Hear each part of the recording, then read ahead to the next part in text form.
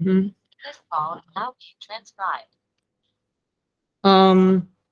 We have a few problem types to be discussed today. So these are the four problem groups that appears a lot in applications.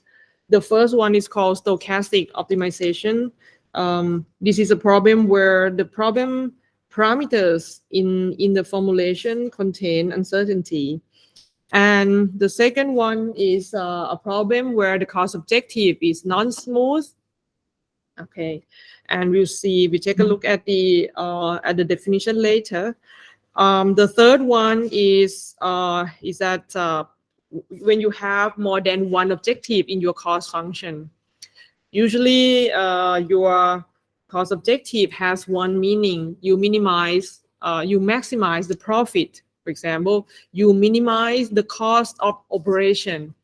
But a lot of time in practice, you have more than one. For example, you wanna drive your car that hit the destination fastest. That's the time, right? But also you would like to minimize the fuel. You want the energy spent in the car to be less. Okay, so this is the topic of multi-objective. So usually this one has a lot of theory to involved. We probably will see just some example. Okay. First of all, let's talk about stochastic optimization. A problem is called stochastic. Okay, not to be confused with other term that you might have heard before, stochastic gradient. Okay, that's an algorithm. Okay, you have heard of the term stochastic process or random process, right? Stochastic means something that involves random variable, random nature, uncertainty, things like that. Okay. Also, in our context, stochastic optimization basically means that the problem parameters are random variables. It contains some uncertainty. So a random choice is made in the third direction of the algorithm. Let's see some example. When you have an LP, if we just take a look at this LP closely, usually we say that in order to solve this one, you have to give me these problem parameters, C, G, H, A, and B, right? And then after we just plug in these problem parameters to our solver, and then we get X. So what if what if some of my problem parameters is not known?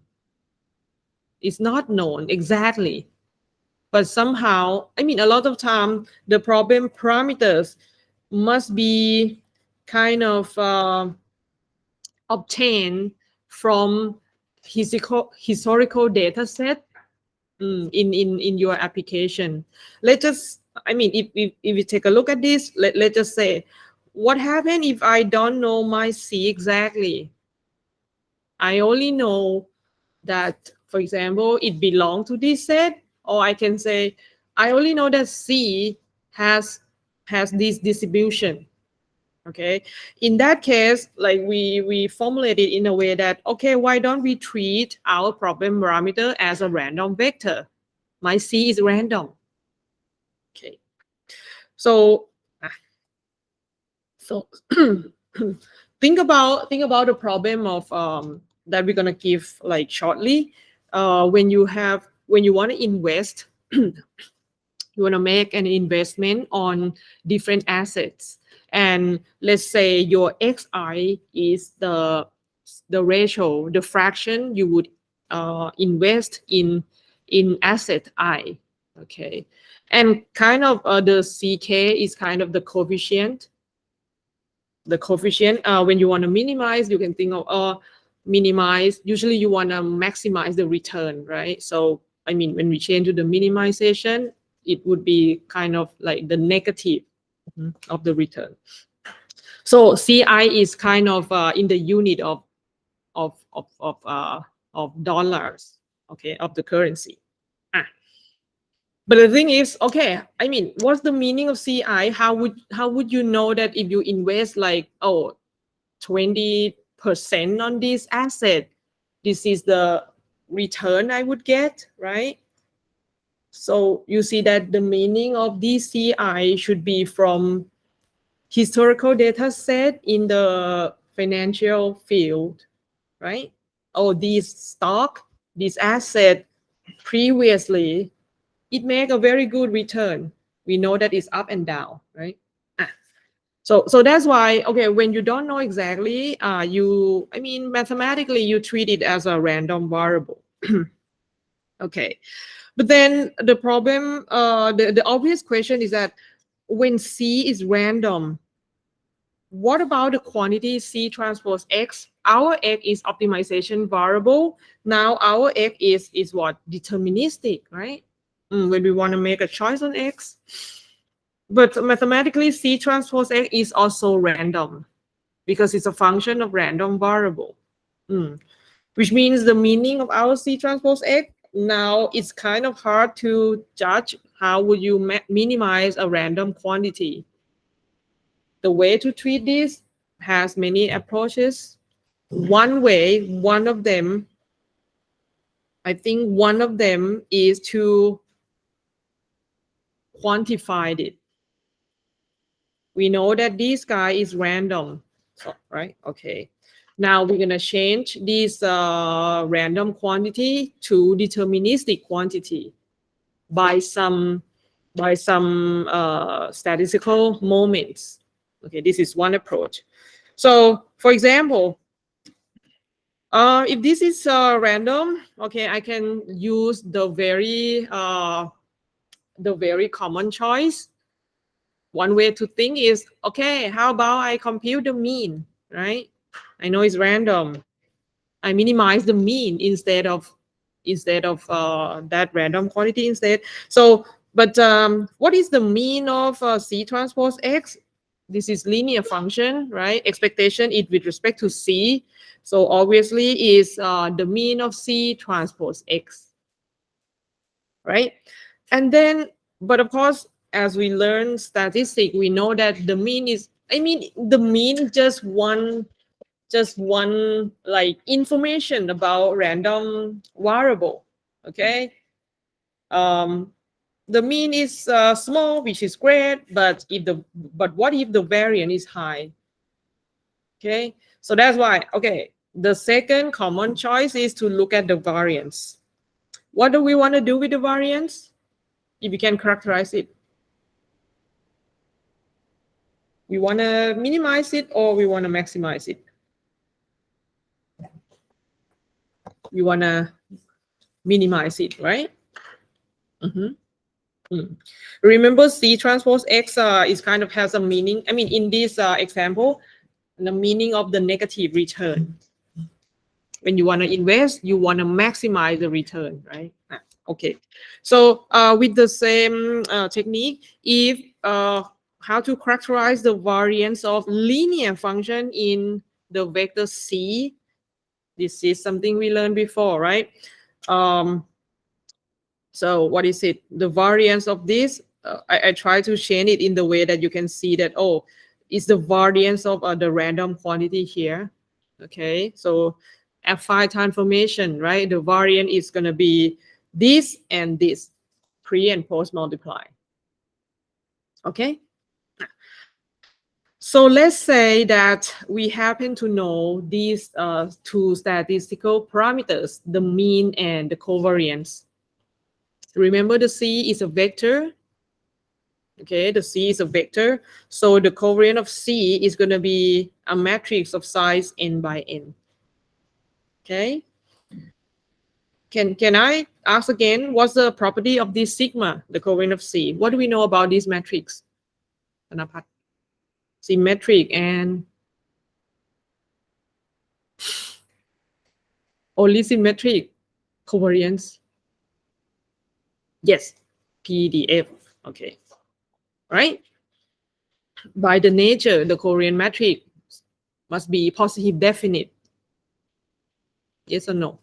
I hope you recall, right? By the definition is X minus mu and X minus mu transpose, right? By the definition of covariance, it has to be positive definite matrix. So in conclusion, the initial problem is stochastic. The cost objective is random, but you make a choice on, I'm gonna consider the two moments instead. Consider its mean and its variance. That I now characterize it as a deterministic function, right? Because now C bar, the mean of C is known. I mean, assume that it's known, but it becomes deterministic.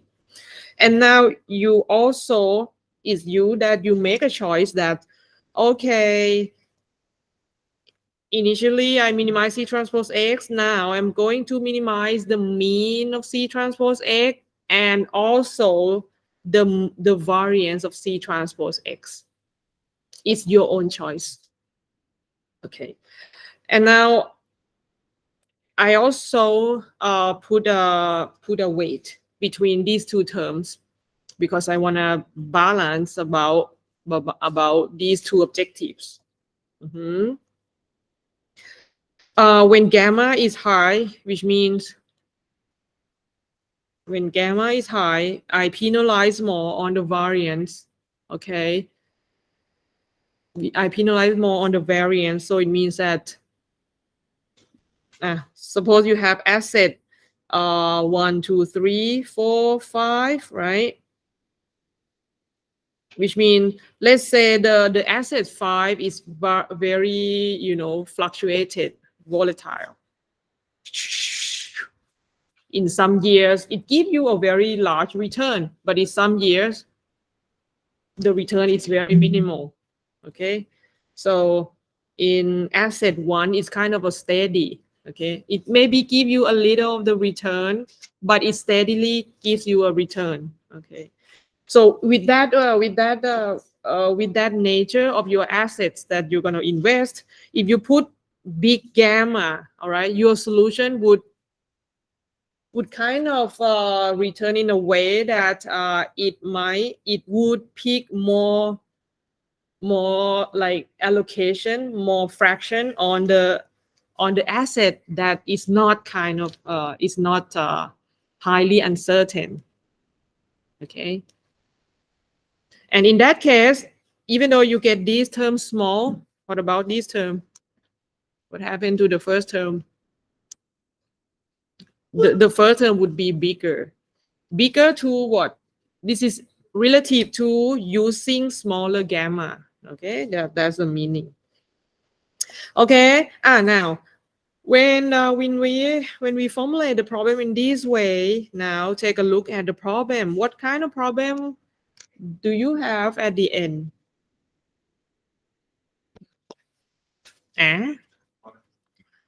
Now, first of all, you see this function, right? Quadratic, and also this metric is positive definite matrix. So you have quadratic, cost objective. The constraints are linear. So this is QP. Okay, this is QP. So this is one example of what this is called the Markowitz optimization in finance, kind of the simplest model of how to decide the investment allocation. Okay. There are many others. There are many other approaches to deal with the uncertainty. Sometimes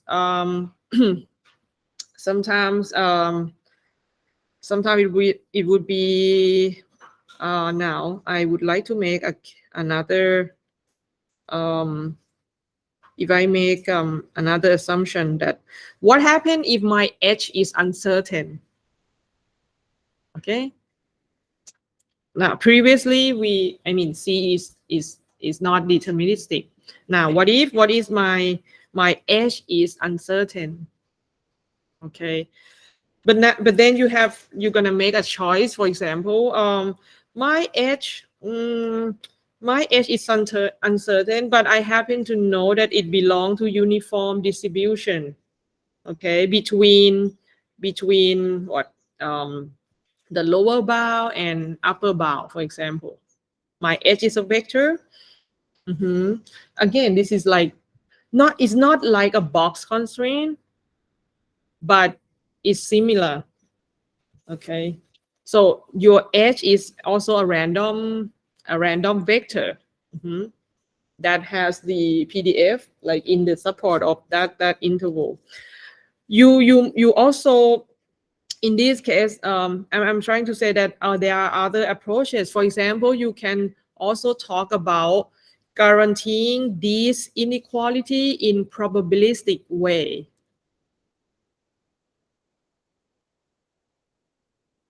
For example, when H is random, think about it. If H is random, you cannot check whether this inequality is satisfied, right? Because it's a random quantity. But I can take a look at this inequality as an event of my random variable H. And I can say, for example, I want the probability that Gx less than H is, understand? Like, I cannot guarantee if these things happen like in a very deterministic way, but I can change it. I change to guarantee it with the probabilistic sense using probability value. So if I'm the one who formulate this, I would say, okay, how about I guarantee with probability of that Gx less than H, how I want it. You want it to be small or you want it to be large? Large, right? Okay, you can say greater than 1 minus epsilon. Things like this. To be exact, 0.95, for example. Okay. This is another way of translating stochastic optimization problem into something that you can quantify it with deterministic quantities. But then you have to further characterize these probability using some information about H. Otherwise, you don't know how to proceed with this constraint either. Again, solving optimization, you have to see what kind of conditions in X explicitly. Right now, you don't know that if X is this choice, is it gonna satisfy the yellow box or not, right? Okay, so now we're gonna use now we can use information that H is uniform and maybe derive it mathematically, how to express this probability as a function of X. Okay, that's maybe I leave it here because that's one example. Another problem type that arises a lot in application as well is a non-smooth optimization.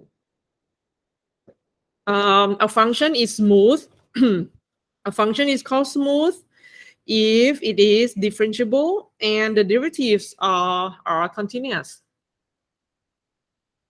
Okay. The smooth function that we already know, that is a square function, right? Square function, cubic function, polynomial function. Okay, because polynomial function, when you take derivatives, are still polynomial, they are continuous. An example of function that is not smooth is obviously if a function is non-differentiable at some point, that function cannot be smooth, right? If I draw my function in this way, okay, this part is smooth, but right here, right at this x, this function is non-differentiable because the slope on the left-hand side and the slope on the right-hand side are not the same, right? And obviously from the curve, it's not smooth. It's kind of has a spike. And okay, the function that appears a lot, that this is what a very common example is the absolute value function, and which is a kind of a basis for one norm functions as well, because one norm function is a sum of absolute value. This function has only a problem at the origin. It's non-differentiable at the origin. So it is non-smooth at the origin. So so in what kind of scenario have we seen this one? Sparse optimization, where we want to introduce L1 norm as a penalty in your estimation problem. Okay. So in this case, even though you see this as an unconstrained problem, right? This is unconstrained. You would recall to the stuff we talked before. Oh, for unconstrained problem, we take the zero gradient and the optimality condition. But recall that that optimality condition only applies when what? When the cost objective is differentiable. The cost objective has the gradient. Okay, but in this case, the cost objective doesn't have a gradient everywhere. At least one point at the origin, it doesn't exist. Okay, so in the analysis of, okay, what are suitable or what are applicable algorithms for solving these kind of non-smooth optimization, there are concepts about subgradient calculus. Subgradient would be the term that is weaker, is more relaxed than the gradient term. So it's another way to talk about a function when it's non-differentiable at some point. Okay, so I will teach this in another course in 511. Okay. Now the third one is a problem of multi-objective, and it is scalarized. Okay, so a common of multi-objective problem is in the form of you have both f and g that you want to minimize. Okay, both f and g have different meanings to objectives, and then but you want both of them to be minimized at the same time. So you propose to have a penalty weight gamma, which is positive value. Gamma is called penalty parameter. So when gamma is high, you put more penalty on G, right? So the minimized G would be smaller, and the minimized F would be a little bit high. In comparison to when when gamma is high, this G is less, F is big. Okay, if I adjust gamma to be lower, I put less penalty on G. I care less about G, right? The value of G would be higher, and then the value of F would be smaller. Okay, a typical way to see characteristic of this is to what? This is what we call trade-off curve. Okay, you solve this problem for several G's, several values of gamma. Okay, we're gonna maybe sketch again here. When gamma is small, where do we get? F would be less, G would be big. Where is the point on the trade-off curve? Pilapong. Here. This is when gamma is small, okay? And then when gamma is big,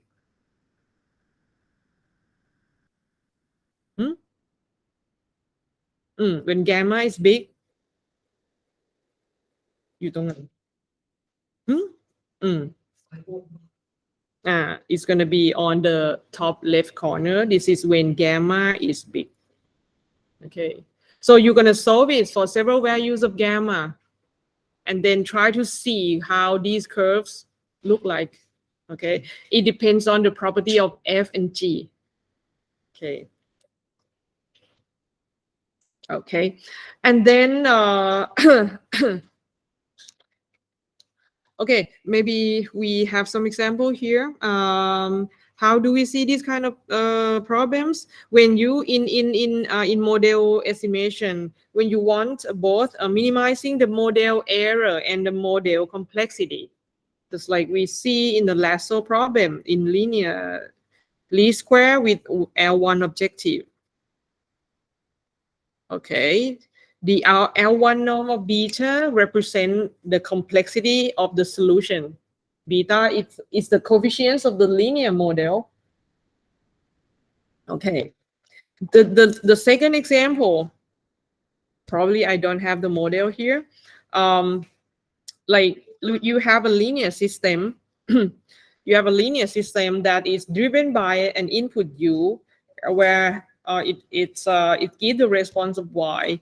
Usually the control problem is that in the control, you wanna, let's say, I have a trajectory of my robot. I want my robot to what? To move along, I mean, in the space according to the trajectory given by the green graph. Okay, my actual y maybe doesn't follow the green trajectory perfectly, and that is called the tracking error. Okay, of course, in control theory, the way you can achieve that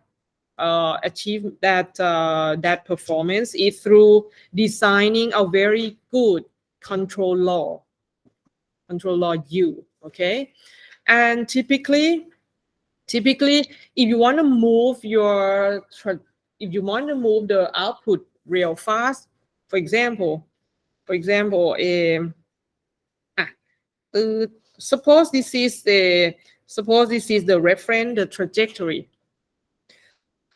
If my robot initially is in a still position, like it is at rest, abruptly I want it to kind of